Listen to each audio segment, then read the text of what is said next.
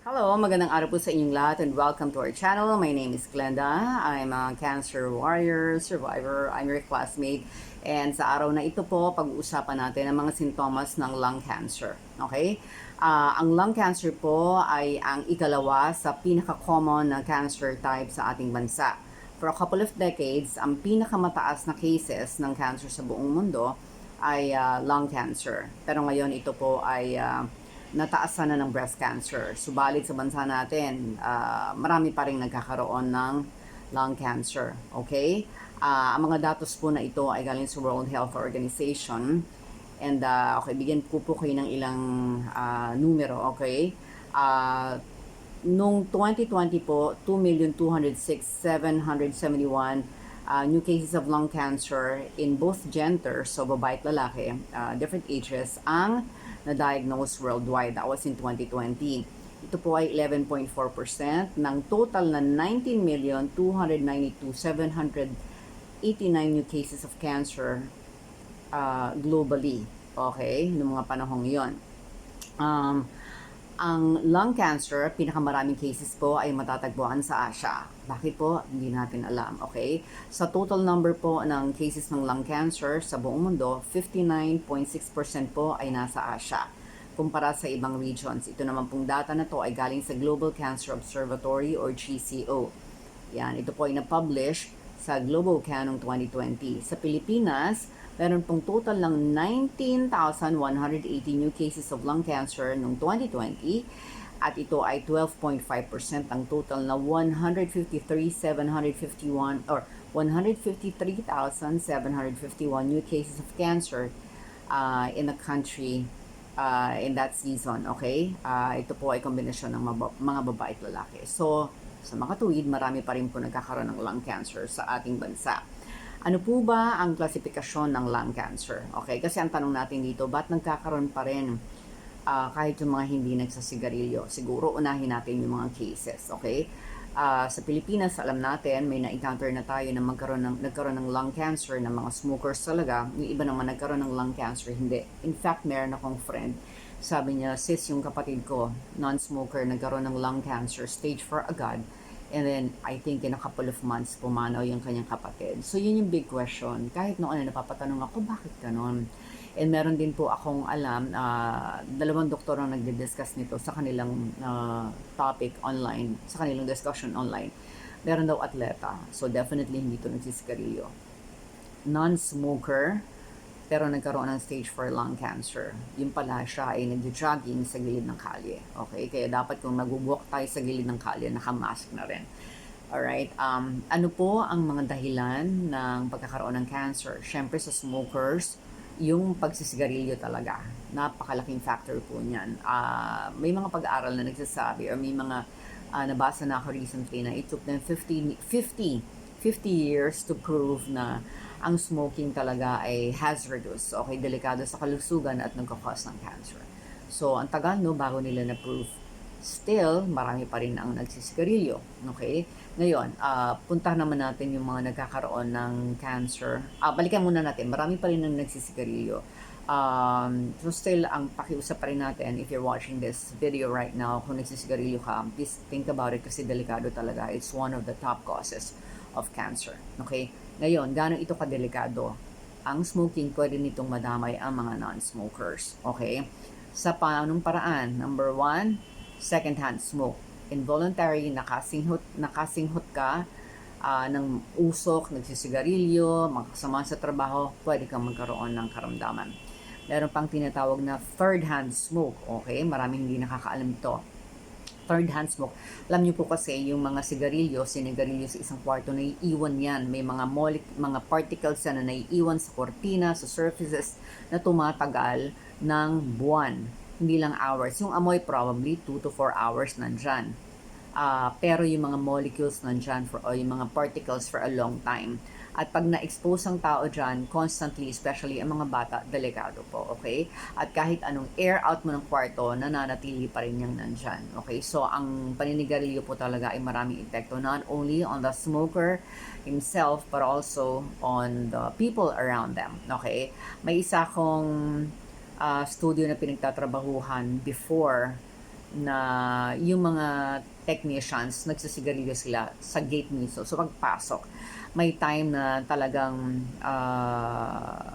sinabi ko na talaga sa kanila, dun sa assistant ng boss and sa boss mismo na hindi sila dapat to nagyoyosi. Even yung terrace nila hindi pwedeng puntahan kasi nandoon nagsisigarilyo yung mga tao. And then, yung iba naman, sigarilyo, vape naman. Okay? May mga doktor na rin nagsasabi na vaping hindi rin talaga maganda. Sa panahon ngayon, marami ng kwento, pero hindi pa factually, anecdotal, o ganito nangyari ng vape, and it would take a while bago talaga ma-prove na, ang vaping is also not good. However, parang parang sa pag-iingat na rin natin, mabuti pang wala na tayong sinisinghot na ganon. Kasi foreign pa rin yan, chemicals pa rin yan, okay? And kung yun nga lang yung madaan ka lang mismo, delikado ka na. What more yung ikaw mismo ang sumisinghot, whether it's in a form of cigarette or vape, delikado pa rin yan, okay? Pagpatuloy natin ang ating discussion. So, meron tayong smoking, meron tayong second-hand smoke, at merong third-hand smoke. Meron akong friend na sinabi niya na artist ito, parang I cannot work, sabi ng friend ko, I cannot work in a situation daw, kapag daw yung kasama niya, nag-vape doon sa loob. And in fact, ako rin, meron akong situation na talagang sinabi ko dun sa boss na si ganito nagve-vape. Sabi niya, Glenda, why did you tell me? Asar na asar sa akin yung boss. Sabi ko, sorry. Sabi ko, hindi ko naman alam din kasi wala namang malinaw sila na guidelines on that. Yun pala, meron ng rule dun sa city na yon na kapag ka nahuli kang nagve-vape inside an establishment, inside the office, you could be fined 50,000 pesos. And sabi nga nung people could get fired. Okay, kasi serious na siya. Serious, anong tawag mo ba rito? Paglabag sa regulasyon na yon. Okay, meron exact term for that I just forget. Pero yun nga, hindi na rin siya ini-encourage at pinagbabawal na rin siya sa maraming opisina, which is good. Okay? Ano pang ibang causes ng, posibleng causes ng cancer sa mga non-smokers? Okay? Exposure to radon. Minsan narinig natin yung radon. Ano ba yung radon? According to the definition given by the World Health Organization, radon is a naturally occurring radioactive gas which may be found in high concentrations, unfortunately, inside the home. Pwedeng nasa bahay, ibang environments din, pero pwedeng sa bahay at sa workplaces. Paano yung madedetect? Meron silang detector for that. Radon is one of the leading causes of lung cancer. And radon is estimated to cause between 3%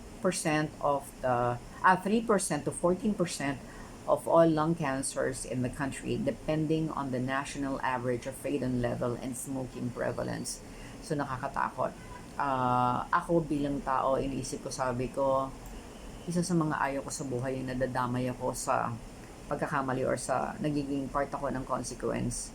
Kumbaga ako yung nagsasuffer sa consequence sa ginagawa ng ibang tao. Kaya, malaking bagay sa akin yung walang nagsisigarilyo sa paligid. In fact, dito sa barangay namin, bawal ang smoking. Kahapon may nakita ako. 2 foreigners, hindi ko na sasabihin ng nationality, and may isang Filipina. Yung foreigner, nag-yosi. Sabi ko, excuse me, smoking is not allowed here. Sabi, not allowed? I don't see any sign. Sabi ko, the sign is over there, but I live in the street. It's not allowed here. You could get fined. Sabi, okay. So, hindi ko alam kung tumigil, umalis na ako kasi hindi ko rin siya pwedeng masinghot. Sometimes, kailangan lang talaga natin mag-step up and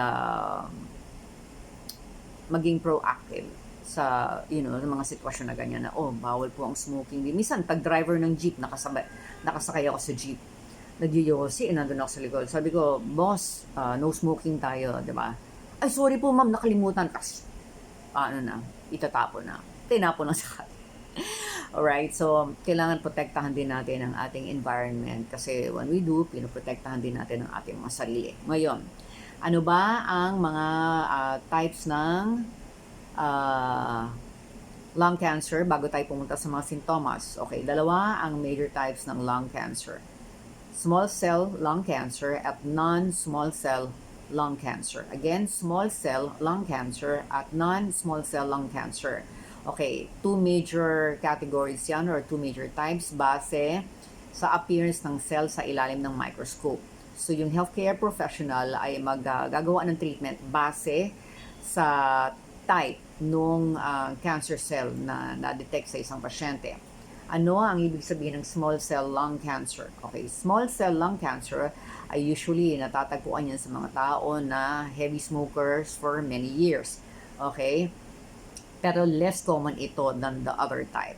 Okay, ito ay natatagpuan sa mga smokers. Yung non-small cell lung cancer naman ay category na kinapapalooban ng iba't ibang type ng lung cancers. Non-small cell lung cancer cells include the following: squamous cell carcinoma, adenocarcinoma, enlarged cell carcinoma. Sa lahat po ng mga kababayan natin na diagnose, malamang po ay familiar kayo sa mga terminologies na ito. Squamous cell carcinoma, adenocarcinoma, and large cell carcinoma. So, yun po yung dalawang major types, ang small cell lung cancer at non-small cell lung cancer. Ngayon, ano po ba ang mga sintomas? Okay. By the way, bago tayo pumunta sa sintomas, ito pa pala yung mga ibang possible causes ng lung cancer na sa mga non-smokers, okay? Exposure to asbestos, diesel exhaust, or other chemicals. Yan, na hindi natin alam. Alright? Kaya ingat na rin pag sa kalye, merong mausok na kalsada, may mausok na kotse, may mga luma pang style na kotse, may ganang takip talaga, kaya ako nakamask pa rin hanggang ngayon. Okay? May mga random events pa rin na hindi maipaliwanag at sinasabing posibleng nagiging cause ng lung cancer. In fact, I'm sure excited na kayo sa symptoms, so, but let me just say this. May isang pag-aaral noon na ginawa, this was in one of the books written by Dr. Caparmate. Sabi niya, doon sa lugar na yon, I'm not sure if I'm pronouncing this correctly, Srebrenica. Okay, sabi niya, maraming smokers doon, maraming factories, ni-research nila yung mga tao, period of many years. After the study, yung mga nakita nila na mga nagkaroon ng lung cancer at pumanaw, meron silang personality type. Okay, smoker sila, pero may personality type. Yung mga pumanaw, ito yung mga hindi nag-express ng sama ng loob, passive. So kinimkim, hindi nagsalita, hindi nag-speak up. So may ganun po pala. May personality, may effect ang personality or pag-handle ng tao sa kanyang emotions, sa kanyang buhay, sa pagkakaroon ng karamdaman, katulad ng lung cancer.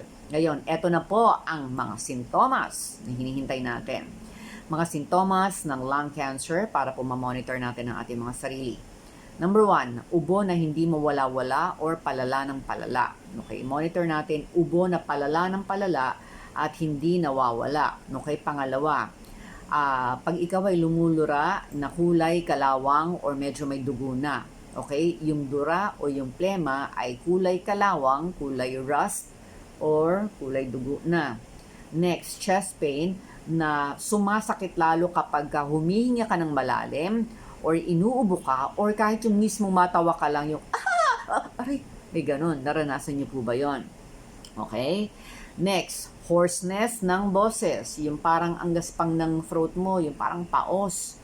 Okay, lalo kung napapadalas. Next, nawawala ng ganang kumain. Next, hindi maipaliwanag na pagbaba ng timbang or pagpayat, hindi naman nagda-diet. Actually, ang pagbaba po ng timbang na hindi ka naman nagda-diet ay cause ng napakaraming uri ng cancer at kabilang na po doon ang lung cancer. Okay, next, hirap huminga, shortness of breath, parang lagi kang kinukulang ng hangin. Okay? Next, feeling tired or weak. Pagkapagod ka naman talaga, you will feel tired or weak. Pero minsan, yung parang umaga pa lang, shocks. Wala ka pang gaano ginagawa sa bahay, hindi ka pa pumapasok sa trabaho, parang feeling mo pagod ka na or nangihina. Next, infections tulad ng bronchitis or pneumonia na hindi mawala-wala or nawawala, bumabalik. Okay. And next, new onset of wheezing. Parang gumaganon. Okay? Pag may hinga ka, parang may tumihinga, parang may tunog na. Kailangan may effort. Okay? Ngayon, kapag ang lung cancer naman po ay kumalat na sa ibang parte ng katawan, ito po ang mga sintomas. Okay? Ito po ang posibleng sintomas. Kapag po bone pain, kunyari sumakit ang backbones or ang hips, sumakit ang likod, ito po ay posible, hindi naman all the time, ha? Baka po naglaba or namalan siya, napagod, pero posible po na kumalat sa bones. Sa nervous system naman po, posibleng magkaroon ng headache, weakness or numbness of an arm or leg, dizziness or pagkahilo, hirap ng bumalanse, at nagsi-seizure. Okay, kapag po ang cancer ay kumalat na sa brain. Hindi po lagi, all the time, ha? Posible lang po. Okay, ito lang po ay ilan sa mga, kasi minsan pag cancer survivor ka, minsan medyo praning tayo. Ano yan? May sakit lang. Ano yan? Ano yan? Okay. Kaya ano lang, i-monitor lang natin. Okay, next. Paninilaw ng balat at ng mata, jaundice, kapag ang cancer ay kumalat na sa liver. At swelling of the lymph nodes, collection of immune system cells, such as those in the neck or above the collarbone. Kaya pag nagpapacheck up kayo, ako doktor ko, pag ako chinecheck pati liig, ito ginaganto-ganto ni Doc. Okay, may ganon. Yun pala, kasi posibleng puntahan. Okay, lymph nodes. Yung lymph nodes natin, again, yun yung collection of immune system cells. Wow, lymph nodes. Yeah, kaya dapat chinecheck yan. Ngayon, ano ang mga dapat nating gawin bilang mga tao? Whether you're a patient or a caregiver or a medical personnel, or bigla mo lang nahanap tong video na to. It's, walang aksidente, okay? Ito ang mga dapat gawin. Number 1, 5 to. I-monitor ang sariling katawan at ang mga pagbabago. Dapat alam mo, teka muna, ba't may pasa ako dito? Teka muna, bakit sumasakit yata to? Teka muna, bakit parang namaga yata ito, tumaba yata itong part na to, parang maumbok yata itong part, ganon. I-monitor ang mga pagbabago. Number 2, ilista ang date ng pagbabago, lagay sa notebook. Kasi minsan, pag nagpa-check up, kailan mo ito naramdaman? Nung pong bago mag-graduation yung kapatid ko, malay ko ba kung kailan ng graduation? Sasabihin ng doktor, malay ko ba kung kailan graduation ng kapatid mo? Hirap na hirap yung mga doktor sa atin. Kasi hindi tayo specific sumagot. Kasi hindi rin natin tinandaan. Huwag po natin bigyan ng landmarks. Bigyan natin eksaktong address, eksaktong date, eksaktong petsa. Okay? Kailangan malinaw ang sagot. Kunyari, ako ngayon, kailangan ko ilista kung kailan ako bumili ng ventilador kasi yung resibo para mawala man, mahahanap sa tindahan pag kailangan magpa-repair yun. Importante yung dates eh. So, ganun po, pag kailangan may i-repair sa katawan natin, may dates tayo. Kailan, ito naman yung kailan yung mga pagbabago. Para ma-monitor mo, from the time na naramdaman mo yan, up to the time nagpunta ka sa doktor, ilang linggo na or ilang araw na. Okay? So, ilista ang mga dates ng pagbabago sa isang notebook. Lagyan ng notebook. Dapat meron po tayong health notebook. Okay? Next, i-rate ang pain. Kunyari, in pain ka na nadarama from 1 to 10, 10 being the highest. Kunyari, may chest pain ka. Anong pain yan? 6, 7? Medyo matindi na yan. Pagka ganun, talagang hindi mo na kaya. ER na po yan, diretso na po. Kahit wag na po kayo mag-post sa Facebook or mag-comment sa vlog ko, pagka ganyan sobrang ng pain, diretso na po tayo sa ER. Okay? Next, number 4, isipin ang posibleng dahilan. Bakit ka napapagod? Ang dami mo kasing nilabhan. Ayun naman pala yun. Today lang ba yan? Ako pag may pain, teka, today lang ba yan? Today lang yan. Tapos pag natulog ako kinabukasan, wala na. Iniisip ko lagi yung posibleng dahilan. Kunyari, nagkapasa. Teka muna, nabangga pa ako. Na-corner pala ako dun sa isang sa dulo ng isang sa corner na, tumama pala to nung nagbike ako, kaya pala ganyan. Tapos nawawala rin. Okay?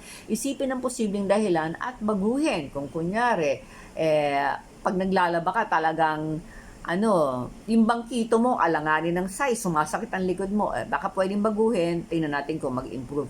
Kaya kasama yun sa monitoring, okay? Ang pag-monitor po sa kalusugan natin or sa mga changes sa katawan, ang gagawa ay tayo. Kasi tayo ang laging kasama ng sarili natin, hindi ang doktor. Tayo pa rin ang magmamonitor, okay?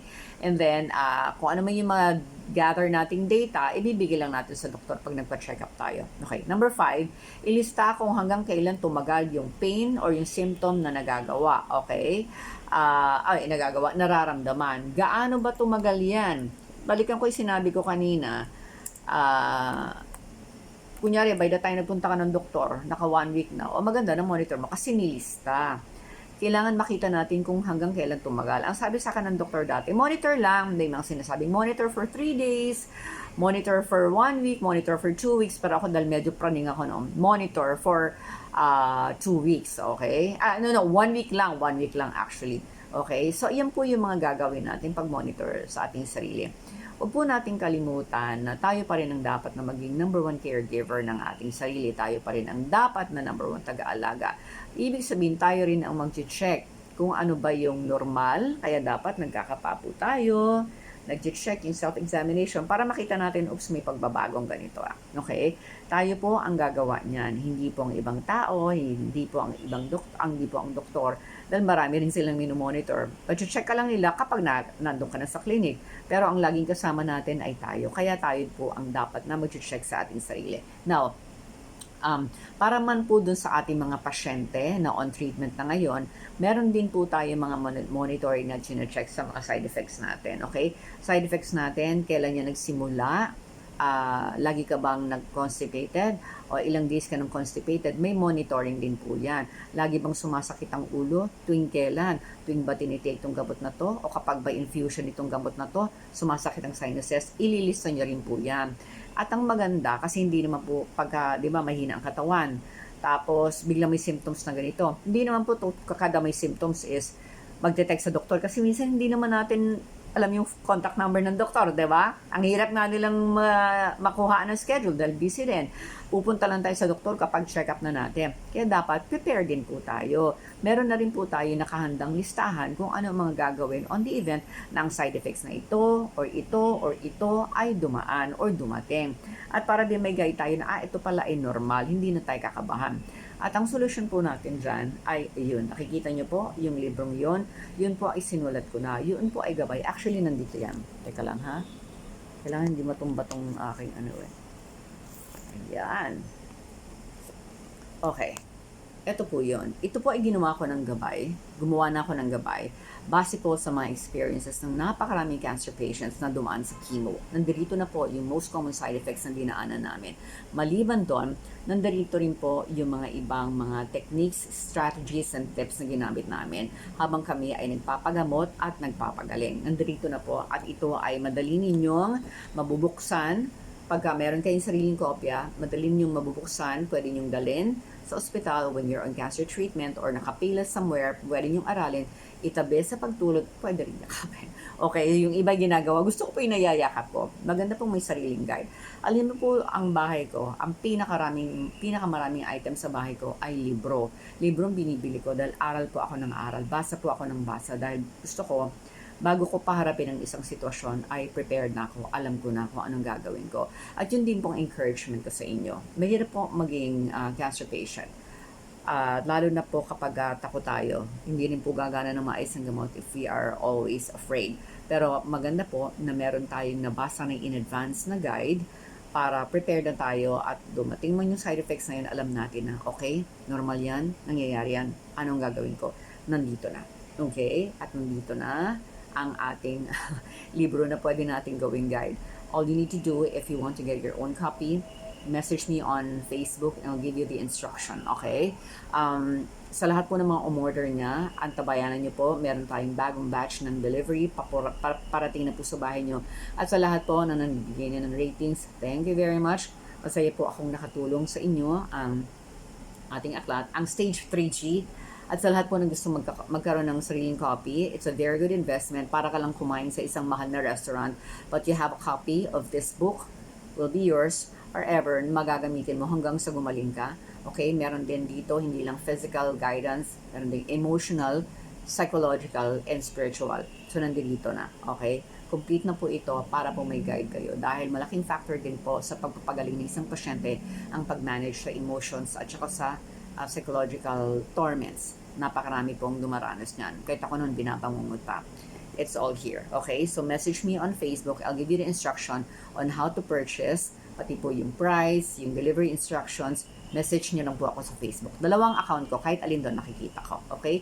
So maraming salamat po sa inyong lahat. Nawa po ay nakatulong sa inyo ang ating pagtalakay sa araw na ito. And if you have questions, comment lang po kayo dyan. And maasa po kayo na habang tayo ay nagpapagamot, ay kumakain din tayo ng tamang pagkain, umiiwas na sa mga junk food, sa processed food, processed meat, dahil hindi po yan nakakatulong. At hindi po ako naniniwala na sa everything in moderation. Okay? Kailangan po ang pagkain natin, mas maraming gulay, and then prutas, and then yes, fish is also good. Okay? Para po magkaroon tayo ng protina sa katawan. Maraming salamat po sa inyong lahat. God bless you all. Stay safe. Keep on praying.